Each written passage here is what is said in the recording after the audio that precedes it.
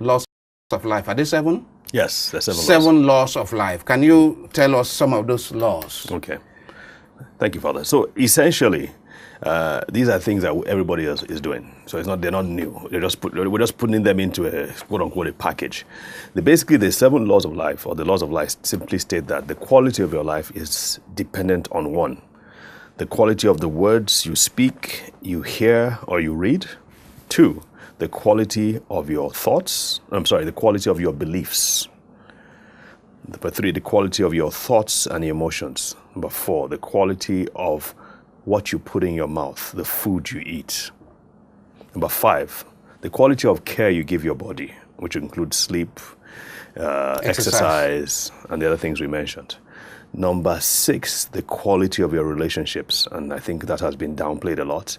Number 7 is like a compendium of the first 6, which is the quality of your work.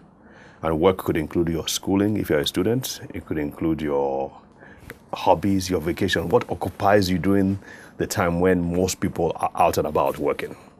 So, wow. So the very first one among these laws you identified is words. Yes. The quality of your words. Quality of your words. And that should also, what words you speak, and perhaps what words you allow to take in. Exactly. You expose your mind to. Exactly. That's why it says words you hear, you speak, and the words you read. So it's both an inflow and an outflow. So which is, I mean, if you speak junk, if you read junk, if you hear junk, yes, then your life is getting towards being junk. Garbage in, garbage out. Yeah. Giggle. Yes. So very important, and it seems like, again, we tend to neglect the most important things, the soft things, and we tend to think about the big highfalutin things. I think that's just a human trait, I think. But the words that we speak, I mean, everything from even your work, they've done a study on the most successful businesses and why people succeed, and they found out it comes down to 2 things: your attitude and your ability to communicate. Yeah. Which of course comes down to your speech. Yeah. They did a test for the number of people for words, the vocabulary, for instance. They wanted to see, okay, how does vocabulary play a role in success? And they saw that they tested lawyers, they tested journalists, they tested teachers, educationists, they tested CEOs of companies, they tested all kinds of people. And do you know the ones that they found with the largest vocabularies? One guess, Father. The CEOs. The CEOs of companies, of organizations. I mean, think about that. They surpassed the lawyers, they surpassed the educationists and all that. I didn't give the reason for that, but I think one reason for that is that a CEO has to communicate. Yes. And he has to communicate with different kinds of people. If he must stay in business. If he must stay in business. So those are things that we look at. And of course, when it comes to your health, if you keep on speaking negative words, it will break down your body. In fact, I think there's somewhere in Proverbs that actually as a man thinks in his heart. Yes. There are other things that actually say how words can corrupt the bones. In fact, I can remember now, it says that a lying tongue is a breach in the spirit. Yes. And then I think it can also corrodes the bones as well. And in our last session, we talked about how the bones are the production center of your blood, which is the life of the body. So words are crucial. I think a lot of training. So words have impact on the body, impact on the mind, impact on the society. Yes. When you think about it, the world was changed for good with the words of Jesus Christ. And the world saw the worst of it with the words of Adolf Hitler. There you go. There you go. So, just simple words. Yes. With a sweet tongue, but terrible words. He preached hate and destroyed 6 million Jews. Not to mention a lot of other people outside that too. But with the words of compassion of Jesus, with the words of love and forgiveness of Jesus, he changed the history of humanity. Yeah. So words are indeed powerful. And I feel, Father, that we should be training and teaching children, starting from a tender age, the importance of words. And not just stop there, but there should be classes on words, not English language per se. But words as such. Using the ability to use words constructively. and graciously and bring effectively. out words that can heal, Yes, not destroy. and not destroy. We should be we should be teaching our kids that from a tender age. This is very important, because today, when you go to the playground where children are, what quality of words are coming out of their mouths? When you look at the social media, I mean, in recent times, I had to go out of Facebook for a whole month. I took a break. And I think I am the better for it. I think so too. Don't I look better now? You do. I took a break. I took a break from television because it occurred to me that every day I put on the television, I hear breaking news. And breaking news, 90% of time, is negative. Bomb blast, scandal, corrupt, the discovery of corrupt deal, all kinds of things. So I took 1 month break out of social media, especially Facebook and television. Just to get my mind healed. To detoxify. To detoxify, yes. Of course, during that 1 month, it will interest you that during that 1 month too, I was veggies and fruits. Oh, so fantastic. I was detoxifying my metabolic system, my body, but also trying to detoxify your mind. My mind. And I took myself to a lakeside where I wake up to the sound of creeks, the creek sound of birds and crickets and ducks and so on. Oh, fantastic. Good. I think I was on the right path. You definitely were, yes. Next is beliefs. Yes. Beliefs. Beliefs actually have a lot of impact on our health and well-being. How? I love this quote. It says, "To believe is to be strong. Doubt cramps the spirit." To believe is to be strong. To believe is Doubt to be cramps the spirit. We are meant to believe. We believe one thing or the other. We are again designed creatures of belief. Creatures of belief, and that's why religion is such a powerful influence on the world today. We have to believe something, and if there's nothing that is given to us to believe, we will invent something to believe in, because you can see that impulse is there. Now the question now is whether the beliefs are empowering or the beliefs are disempowering. So a person can believe, and I saw this when I was treating cancer patients. A patient would come. The religion didn't really matter, whether it was a Christian, whether it was Muslim. There were among the Muslims, there were people who believed that it was God's will for them to get better, or they just believed that they should get better, and they would come for every session. They would be aggressive about their treatment and all that, and you would see them improve. Among that same religion sect, there would be people who just believed it was God's will for them, that whatever God accepts for them is what they will take, and they weren't interested. They were just very passive, and you could see that the treatment. Or that the evil ones have already done their worst, and there's nothing that can be done about it. That is their destiny. Father, it's interesting. In exactly the same way, among the Christians too, you could see that some had empowering beliefs, some had disempowering beliefs. And it always made me think, why is one like this and why is one like the other? It comes back to what they were exposed to, maybe the words they decided to focus on, or by default were given to them as children. I read somewhere about, in the very early years of life, the words you expose a child to. When a child constantly hears empowering words, I love you. You are valuable. Yes. Oh, that's my champion. Oh, you are going to be a future champion. You are going to be a star. Yeah. The child will develop to be positive about life and have positive approach. But when a child constantly is being put down, constantly. When a child runs to go and grab the mother for a hug, and the mother is too distressed to attend to this child, it hurts the child almost for life. For life, yes. Damaging. Very, very damaging. Yeah. And over time, they tend to develop these beliefs. Yes. And maybe that's what they take to their religion.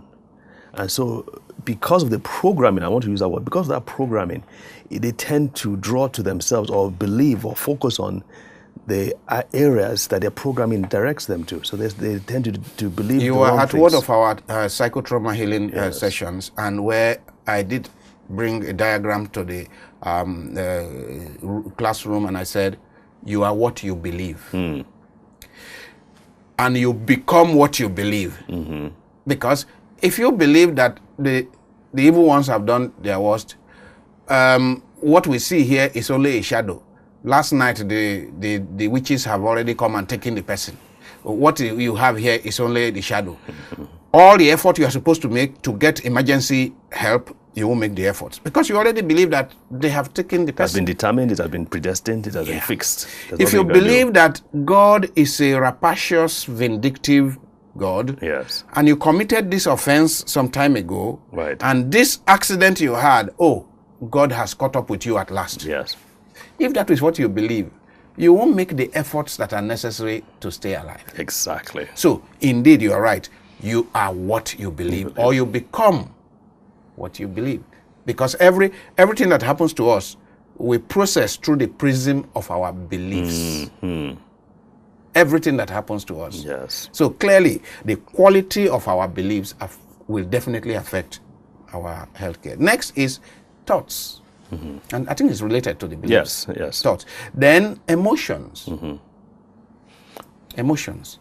Yeah, so like we talked about in the first segment, we talked about how anger, things like anger, negative emotions like anger, anxiety, extreme sadness, which can, of course, lead to depression, can shut down your body's functionality, cause dysfunction, as you put it, and not brings down your body's ability to resist, to stand, to fend off, to ward off diseases. That's why you feel when people are sad all the time, or people are not joyful or not buoyant, you find that it's easy for them to get malaria. It's easy for them to have a cold or sickness. Especially catarrh, cold. Catarrh, yes. Because why? The defenses are down. And so these microbes, these organisms, these malaria parasites, they are always around us. They are out inside us and around us, waiting to pounce. And once they sense weakness, or once they see weakness, they begin to multiply. Does it mean, therefore, that negative emotions imply more draining our energy, yes, our internal resources? Yes. It means when we have positive emotions, takes very little energy out of us. But when we have negative emotions like anger and depression, it takes a lot of our body's nutrients and energy. Exactly. And I think you've touched a really good point. When there are negative emotions, it sets up a chain of reactions in the cells that, in fact, they're now finding out that the cells begin to put out negative stuff. And you now need more nutrients to shut down or to protect your body against those negative stuff. So they found out that things like stress, for instance, stress will cause what they call inflammation, increase your level of inflammation in your body. And your body now has to find a way to neutralize. Look for nutrients from everywhere. Everywhere. So it drains. It takes out more out of you. I was thinking about this. I'm trying to put together a compendium of what are the things that are natural. What is the ideal state of human beings? How should we be functioning? Of course, we know that happy thoughts are important, as opposed to negative thoughts. We know that happy beliefs are good. You have to be in an environment where you have to work. As an adult. Yes. I went to Dubai the other day, and one Indian company, they had a machine that is sort of zaps into the brain of people who are depressed and helps to reverse depression. I don't know how true that is, but they were talking about all the science and all that. But what the man said was telling. He said that there are tons of people in that UAE area who are very rich, who don't have to work, but they are depressed. Of course they will be. Because they have all this money, and yet they don't have to work. But that very thing, that very inactivity is now causing trouble. Because the human person was designed to work. So if you now become so rich that you don't need to work, then you put yourself on the path of depression, of course. Put yourself on the path of depression, exactly. Yeah. Now, food. Now, because talk about food, is closely related with the issue of nutrients and supplements that we said we'll talk about. Yes. So what does food, quality of what you eat, have to do with our well-being? Everything. The human body heals itself. I'm quoting a very popular quote now that I love. The human body heals itself, and proper nutrition provides it with the resources it requires to accomplish that task. Very important quote, which all viewers and listeners need to take note of. The human body heals itself. And proper nutrition, adequate nutrition, fully balanced nutrition, provide the resources that the human body and brain require to accomplish the task of healing itself. So really, it is not really the doctor that heals. The doctor provides some pep. For the body to heal itself. It may reduce the burden. It might, quote unquote, close the place where the leakage is happening. Yes. But in the final analysis, the body has to recover. So think about cancer, for instance. Our focus as cancer doctors was to attack the cancer. So our entire focus was on cancer. Now, we very seldom, I don't even remember any time when we focused on helping the body recover. So in some instances, you could see that because the person was so compromised, he was not, with the attack on the cancer cells, which as a consequence attacks the body, the normal cells, sometimes the patient could actually succumb because enough provision was not made for the human body. That's why sometimes the cancer doctors have to take some time, give you a holiday so that you can recover from the onslaught of the medication. But I say, well, and that's when I started thinking about this. I was like, well, why don't we also focus on strengthening the body and building the thing coming in the first place? So it can heal not just from the cancer, but also from the medication and the radiotherapy and everything that we're giving him. And so, and I think in some areas they are beginning to do that. But back to that point, the human body heals itself. We are constantly, don't assume that because you don't have cancer, you don't have heart disease or anything, your body is constantly under attack. Bombarded by toxins and things. Bombarded. And of course, your emotions too, negative emotions will add to the attack. So you have to assume that you are already under siege. And the older you get, the more under siege you become. And so it's not a suggestion now, it's not a good idea. It's an imperative that you should focus on putting the right stuff in your body so that you can build that defense, mount that defense. Before we talk more on the vitamins and minerals and amino acids, essential oils, and so on that help build the body, full nutrition. If I had a friend where we meet each day and we joke and laugh for an hour every day, so I'm likely to be more healthy, isn't it? Yes. And I really laugh deep from inside for an hour every day. Absolutely. That's one of the best things you can do for yourself. Wow. Okay, that's nice. In fact, there's somebody even arguing with that. Which one is even more important? Is it nutrition or the emotions? Positive emotions. Positive emotions. And in some tests, they might even say that the positive emotions can even give a better boost. However, let's not take it too far because you don't know what those people, other things they are eating. They might already have good food that they are eating.